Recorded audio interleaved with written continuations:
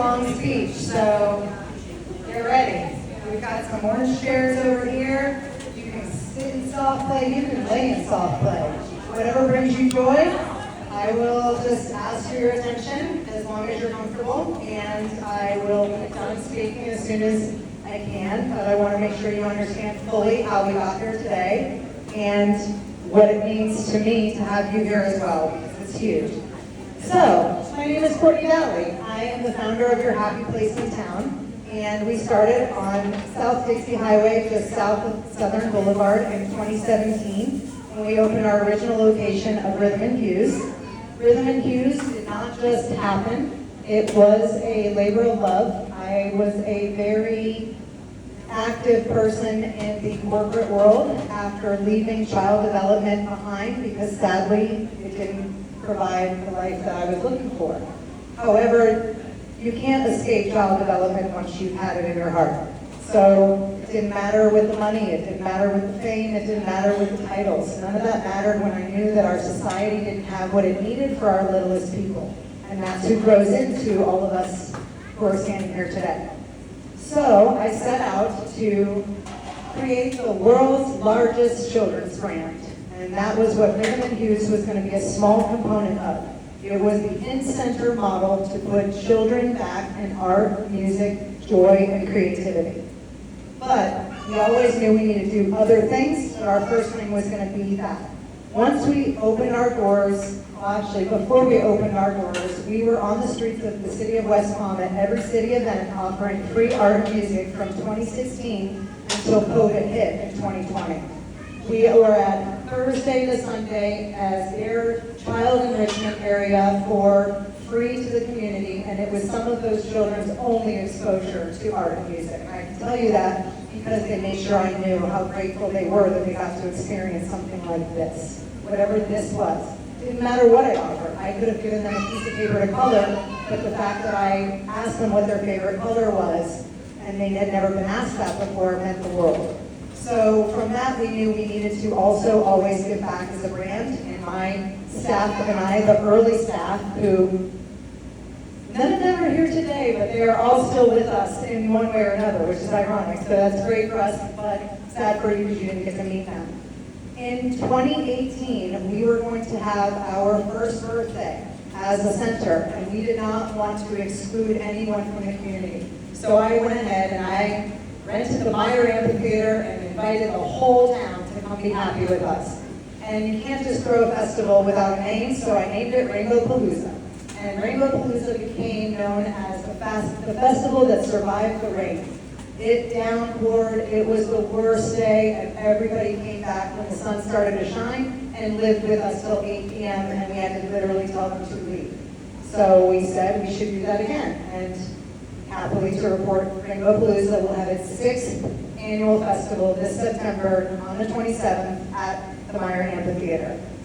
The whole time that we were giving back, I always felt like what we should be offering should be a non-negotiable situation, whether or not you could afford it, whether or not you could go during the day or on the weekend. It should be accessible to everyone at all the times when it's convenient for their family. Not membership-based, not something you have to plan already, I'm going to be able to do this, because toddlers don't have a plan.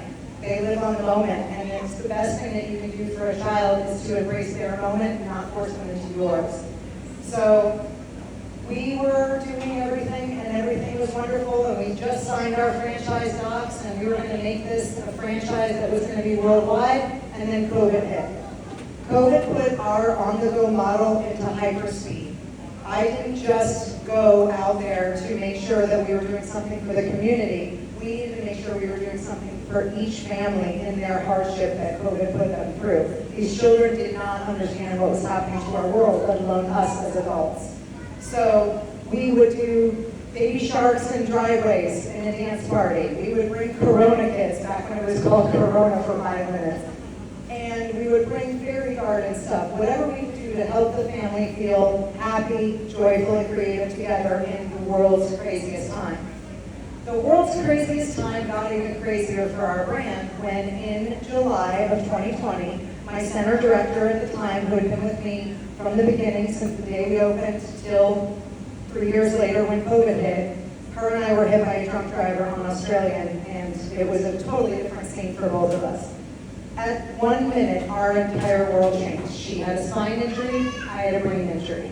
I couldn't have talked like this 7 months ago, let alone 3-4 years ago. So to be able to stand here and tell you who we were then and who we are now is huge, because I didn't know who I was, right? So the brand was changed, the world was changed, everything was weird, and the only thing I could do was, you either die or you do in that moment. That's it. You have no choice. So I chose to do, because I'm a mom and I have 2 kids. And my kids, who are the inspiration for our original rainbow that was painted on our first walls, and that is a vinyl replica of it that I'm blessed that we took a picture of because we were able to do it again, of Ella and Jax, who are at their last day of school and not with us today. But I knew that even if I couldn't remember them, or particularly want to be a mom, that I still had to do what I had to do, and that was right by them. So I told them, we're just going to choose joy every day. We're going to do what brings us joy. I don't know how everything's going to end up, but if we're happy, healthy, and whole, we have everything. And it doesn't matter what the money looks like. It doesn't matter if you can't go to school. It doesn't matter if I forgot you. You just need to know that at the end of the day, we start over every day with finding joy. So after 2.5 years of trying to make what we were come again in the world's plague, which was hard enough, let alone Jamie went back to New Jersey to be taken care of by her family. When the heart and soul are gone, the arms and legs had very little to hold on to, so they were gone as well. So it was on me and Becca, and I can't see Becca anymore, so she had to go, so I don't know if she's here yet or still, but Becca made sure I knew how to be at a birthday party. She would whisper in my ear whose birthday it was. She would make sure that Kelly came and made everything look like this, and nobody knew that I didn't know what was happening. And we just kept faking it until we made it. And that's the definition of finding joy every day. You don't have to always know how you're going to do it, just walk forward. So in doing that, Yamil, I can't really talk about her because then I'll real cry, so we're doing emotional control really good right now. Yamil has worked for me for a decade running corporate businesses that mattered none in the world. And what we did made money, but it didn't bring anybody joy, unless you're getting waxed, and it didn't actually do anything for the community. And so when everything shut down, she's the one who said that, and my husband won, you can't give up on the rainbow, let me try. And so together, we kicked the can forward and we turned this place that was an empty rent-a-center from 9 years, black, gray carpet, rat situations, black walls, not what you see. And I couldn't see, I had no visions. I could see, but I wasn't creative anymore. I couldn't see what I built from my brain the first time. We didn't have an architect, we didn't have a designer. It was always me that built everything. So I stood at that door after we had one of our events that we were faking it at. Everybody kept saying, because our town is very new. So everybody was moving here and going, I wish there was a place. Hey, you guys are good at what you do, you should have a place. And it ticked at us over and over again. She's the only one that was there with me who consistently was like, we should have a place. And so, never working in child development, never working in events, she single-handedly set out to reopen the happy place in town. And we didn't have a plan. We didn't have teachers. We didn't know what we were going to do. But we knew if we gave it away, everybody would come and they would benefit. So that's what we did. We just opened our doors and said, instead of come create with us or come be musical with us, like we used to say, we just said, come be happy with us. And we guaranteed happiness for your money back. And sometimes we didn't charge you. The best thing about where we moved was the fact that we had foot traffic from that laundromat to that dollar store. And that created an entirely new world for who we are. That door, when they can't see through the other walls, but they can see through the door, they knew magic was happening in here. And we are not the people that would ever turn them away, whether they can pay or not. So we opened the door and said, come be happy with us. Hence the foundation really getting started in this own mindset. So when everything looked like it was going to be more successful here, and we had longevity, Yamil chose this over her corporate career that she had lived very, very intensely in. She had never even saw herself as domestic and motherly as she has turned out. I watched her build teams for a decade, and I always wished that the people that she was building with understood the value of having somebody like her as a team leader. And that was never so true as it was when she built a team here with these girls. These girls are all of our new staff. I can't look at them and talk about them either because I will cry. They have been here since the beginning. Lacey came over from going to the gym with her family to say, hi, can I come in here and work? And I love them, but I don't remember how I got Autumn and Sarah, but I know that the trifecta of them has been what has put the color back in our rainbow. It is not me. I'm not active here. I get called in to dance like a unicorn. They don't always, they remember the days when I didn't know why I was in a room and they would just tell me, okay, you can do this, you're great, we've got this. And we did, and here we are. And 2 years later, after leaving the Wax Centers and being here as the full-time manager, she has now produced 2 children to help the brand, because that's dedication. I don't know if anybody else has done that for their company, but you don't have any meal. And in doing so, she got to actually understand foundationally from its core what we do and why it's important. Her son has been here every day since he was 6 weeks old. He has grown up in these walls. He understands things differently than children who are exposed to other children or to the arts or to the music that we provide. And being able to have her, as well as my husband Juan, be the founding directors of our board, it is everything to me, because it's not just the board, it is what built the foundation. And so when we had the other building, a couple moms and I wanted to put our heads together to solve the diaper crisis, and we built the Cotton Bottom Diaper Bank. It is our first freestanding diaper bank in Palm Beach County. We have now donated over 2 million diapers to the city of West Palm Beach and partner agencies. And I officially resigned from my position at their board so that I could allow them to have everything that they needed full time, so that I could go ahead and build the Children's Rainbow Fund. And in the Children's Rainbow Fund, every color represents a different need in childhood. So yeah, diapers is down here too. We're still funding to make sure that we diaper all of the children, and we make sure that we have diapers here for any families at all times. We have every size that they need.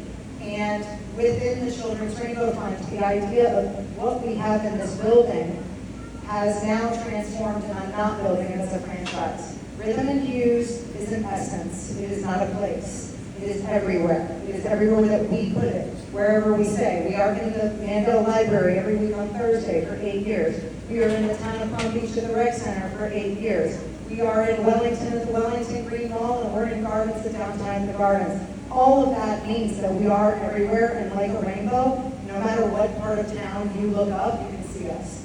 So having us build the foundation to support what is the goal. When I fell out and I couldn't read and I couldn't have executive functioning, I couldn't be a business owner, and I didn't have a business anymore. Therefore, the town lost their happy place in town, and I couldn't handle that. So more so, this was built because I felt the pressure that we needed to do something. Well, something turned into everything. And 3 years later, we've been in this building now for 3 years. We were in our old building for 5. I am astounded to not only see everybody in this room that is representing what today is, but also to know that today's family music class was the biggest that we had in 3 years, and we had to basically remove like 40 kids from here to get you ready at 11 o'clock. So it means that it's working, it's here, people understand it, they're thriving, and the new generation is getting what they need again. What does that mean for us? It means that we need to keep this here in the South End. They may slow down this building in a little bit and do a redevelopment, but we built this in 2 weeks with 2 handymen and $20,000. I can do that again, and I can do that everywhere, and that's what we're going to do. However, we need the South End to stand on its own and have it be, this is this location, and what we're ready to build next is actually bigger. We're going to build the Sandbox this time, because we're not building a Rhythm Hues location. We're going to build the Sandbox because we need to put all the tools together that they need to build the castle of their childhood. That's our job, that's your job, that's my job, that's her job, that's his job, and if we all work together, we can do it. Too many people build something for the season of their life or for money. I built this not in the season of my life and not for money. I have funded this for 10 years. My husband couldn't vouch for that. So at the end of the day, the goal is to build what's bigger with everyone else and bring in more arts, more dance people, more theater, teaching them about that. Having a place where we have a full parent support, a nice cafe where they don't feel like they have to choose between their time or their child's time. And we know what we're building is what they need as a child versus what people build for the adults. So we're going to move on with the Children's Rainbow Fund and start building what's bigger. And no matter what, this particular thing that you see is exactly the way we want every part of what our rainbow essence is in every location. I'm going to give you a little bit of background just so that you know, because you want to have the whole location. When I built it very much with what the children would resonate with. This is our grass. This is our tree. These were the rays to the sun that were on the wall, and that was our rainbow.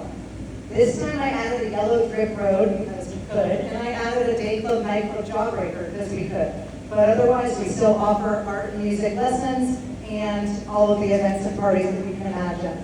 So I'm grateful that you are here today. I can't tell you how much I am grateful to the fact that I can stand up here, speak, can't look at Christina either, speak, hold a conversation with you, share who we are, what we did, and where we're going, and be confident that we're going there regardless of whether or not anyone in this room or anyone else helps us. We would love it if you would, because it's what's right, but just rest assured we are on the team and we're ready. And these girls who have been with me now in their teens have learned so much about what really matters in the world. And I taught them from the beginning, it never matters what you do for money, it matters what you do for purpose, because the money will go. And if you marry someone for money, you also will not have what you are looking for fulfillment, because that will go as well. So marry for love and work for purpose, and at the end of the day, you'll be the happiest you can ever be. Thank you, guys.